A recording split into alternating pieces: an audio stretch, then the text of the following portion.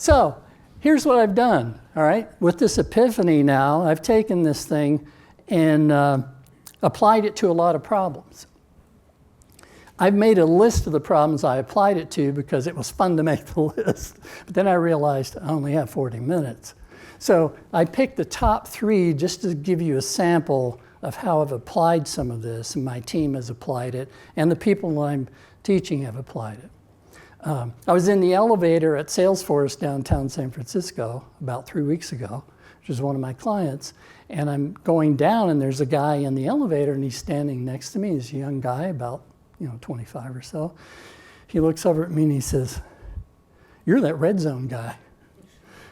And I'm going, I'm green. Like, where do you get this stuff? And he's going, "I saw you on the video. Like, we talk about the red zone and the green zone and the gray zone all the time because it's an easy way to talk about emotions, right?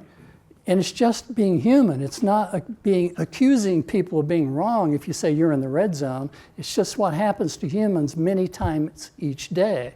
It normalizes variation in emotions, but it holds people accountable for striving for the green zone. So it's emotional intelligence made simple. That's the way I look at it. And people don't forget this. Years later, I go back somewhere and they say, "We still remember the red zone. We talk about the green and the red," and so on. Accountability and consequences. The number one problem with accountability is constructive feedback. Telling people that they're not correct and they should be doing things differently. But you cannot have accountability unless you're able to do that.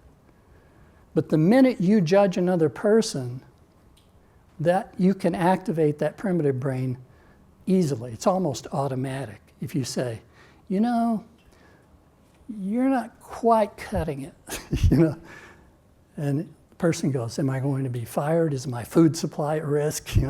Whatever.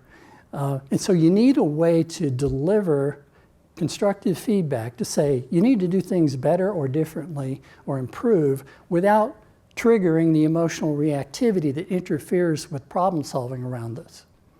So the way I do it is I teach people to 2 types of conversations. One is appreciate. Now, appreciate conversations are in short supply. So people do not go around prospecting for ways to appreciate others. If you think of the associative system, if you're associated with appreciation, at a high rate, people will approach you rather than avoid you. It's just as simple as that.